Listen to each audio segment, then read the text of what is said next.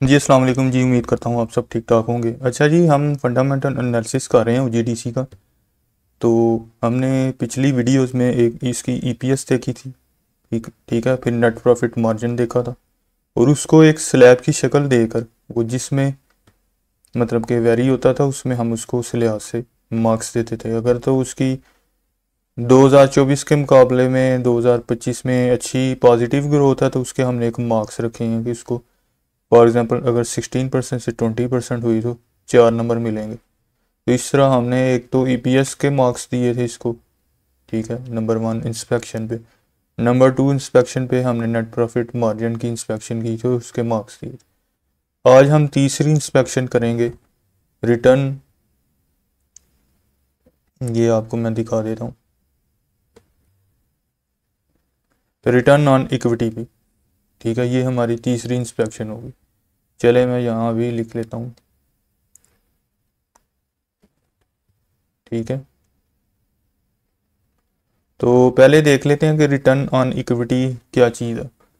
तो return on equity ROE ये एक प्रॉफिटेबिलिटी रेशो है जो ये बताता है कि कंपनी ने अपने शेयर होल्डर्स के पैसे से, जो मतलब कि इक्विटी कहलाता है, शेयर होल्डर के पैसे से कितना फ़ायदा उठाया, कितना फ़ायदा बनाया। ठीक है, यानी अपने शेयर होल्डर्स के पैसे को कंपनी ने इन्वेस्ट किया तो कंपनी ने उस पैसे से कितना रिटर्न कमाया। ठीक है, तो ये हमने आज और जीडीसी का कंपैरिजन करना है 2024 के मुकाबले में 2025। 24 में क्या पोजीशन थी और 25 में क्या पोजीशन थी, आया कि उसकी परसेंटेज कम हुई या ज़्यादा, वो देखते हैं। तो इसका फार्मूला है जी R O E net profit. ठीक है, प्रॉफिट आफ्टर टैक्स जो हमारा statement of profit and loss में हम देखेंगे, और इसको डिवाइड करना है हमने एवरेज शेयर होल्डर्स इक्विटी पे।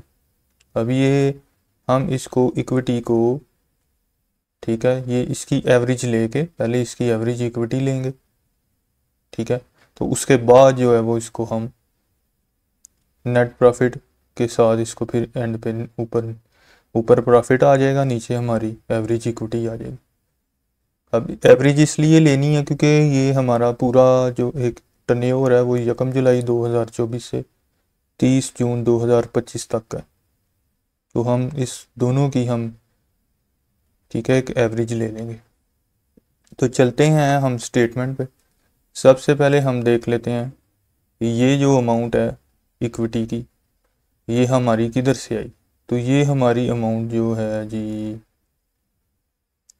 12,50,4,9,6,218, ये हमारी आ गई जी बैलेंस शीट से। ठीक है, इक्विटी हमने स्टडी किया था पिछली वीडियो में, अगर आपने वो वीडियो नहीं देखी तो वो भी देख लें। ये स्क्रॉल डाउन किया तो ये बैलेंस शीट आ गई। तो 2024 की इक्विटी ये आ गई। ठीक है, ये वाली, इसको जमा किया 2025 की इक्विटी से और डिवाइड किया 2 से। ठीक है, ये 2024 की, ये 2025 की इक्विटी जो कि हमने बैलेंस शीट से ली, उसको जमा करके 2 पे डिवाइड किया तो ये हमारी एवरेज इक्विटी आ गई। और 2025 का ये जो 169902 है ये अमाउंट हमारी, ये फिर हम दोबारा ऊपर जाएंगे प्रॉफिट एंड लॉस स्टेटमेंट में, तो ये आ गई हमारी अमाउंट। ये एंड पे प्रॉफिट फॉर दी ईयर 169903,614, इसको हम डिवाइड कर देंगे अब अपनी एवरेज इक्विटी पर और मल्टीप्लाई बाय 100। तो 13.1% ये हमारी 2025 की रिटर्न ऑन इक्विटी निकल आई। अब हम देखते हैं कि 2025 की क्या आरओई है। ठीक है, तो उसी तरह ये मैंने इसको किया था। ठीक है, ये आपने इसी तरह, ये स्टेटमेंट है, ये आपने इससे पिछले साल वाली पर जाना है। ठीक है, ये मैंने इसको वेबसाइट से, इसकी अपनी वेबसाइट से खोला था। 144 पेज मैंने ओपन किया। ठीक है, और इधर ही थी इसकी, मैं आपको अभी दिखा देता हूँ।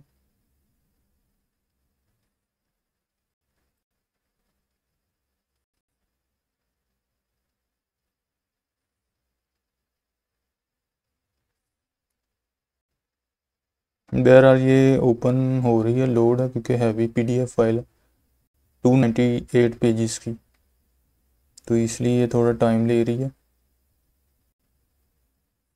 तो मैं आपका टाइम ज़ाया नहीं करना चाहता इसके ओपन होने तक, तो मैं आपको ये समझा देता हूँ कि ना,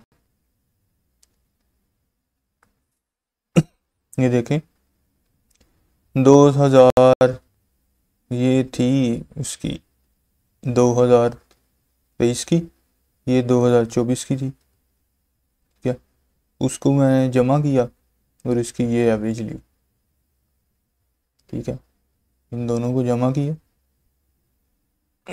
ठीक है, और उसको 2 पे डिवाइड किया, तो ये हमारे पास एवरेज इक्विटी आ गई थी। और प्रॉफिट 2024 मैं देखता हूँ अगर ओपन हो गई हो तो।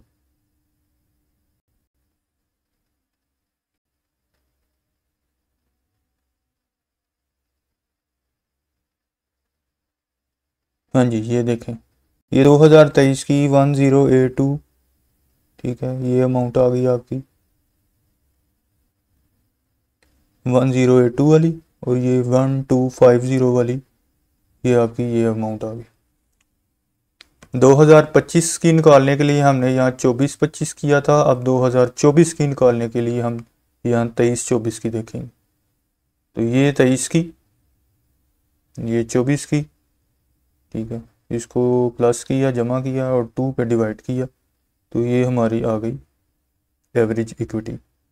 और प्रॉफिट 2024 को देखने के लिए हमने statement of profit and loss में जाना है,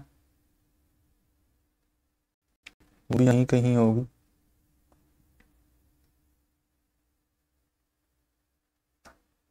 तो ये है कि आपने ये 2024 का प्रॉफिट था, ठीक है, उसको अभी हमने जो है वो डिवाइड किया इस पे अपनी एवरेज इक्विटी पे, ठीक है, तो ये आ गई हमारी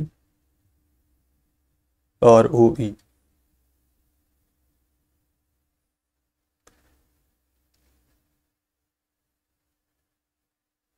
तो अभी हम देखेंगे कि ये कितने परसेंट जो है वो बनी है।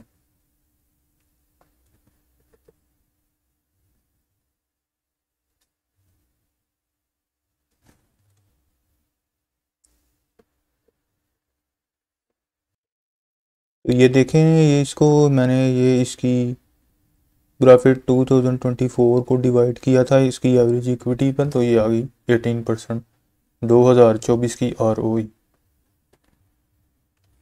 ठीक है। तो 2025 में कितनी थी जी? 13%, ठीक है। और यहाँ पर 2024 में ये 18%। अच्छा, 2024 में 18% है और 25 में 13%, तो ये कितनी इसकी मतलब डिक्लाइन हुई? ये 28% जो है वो इसकी डिक्लाइन है। तो 28% जो है वो डिक्लाइन को हम देखते हैं किस स्लैब में आ रहा है, तो ये आ जाएगा आपका ये ROE स्लैब है इसका, तो 28 ये इसमें आ जाएगा जी, यानी -4 मार्क्स आ गए इसके ROE के एज कंपेयर टू 2024, ठीक है, एज कंपेयर टू 2024 इन 2025, ठीक है, ये 28% डिक्लाइन है, ठीक है। रिटर्न ऑन इक्विटी जो 2025 में आई है वो 2024 के मुकाबले में 28% जो है वो कम हुई थी, गिरावट थी, डिक्लाइन था, तो स्लैब ने उसको -4 मार्क्स दिए हैं। तो नेक्स्ट 4th इंस्पेक्शन में अगली वीडियो में हम मिलेंगे। अपना ख्याल रखिएगा जी, अल्लाह हाफिज़।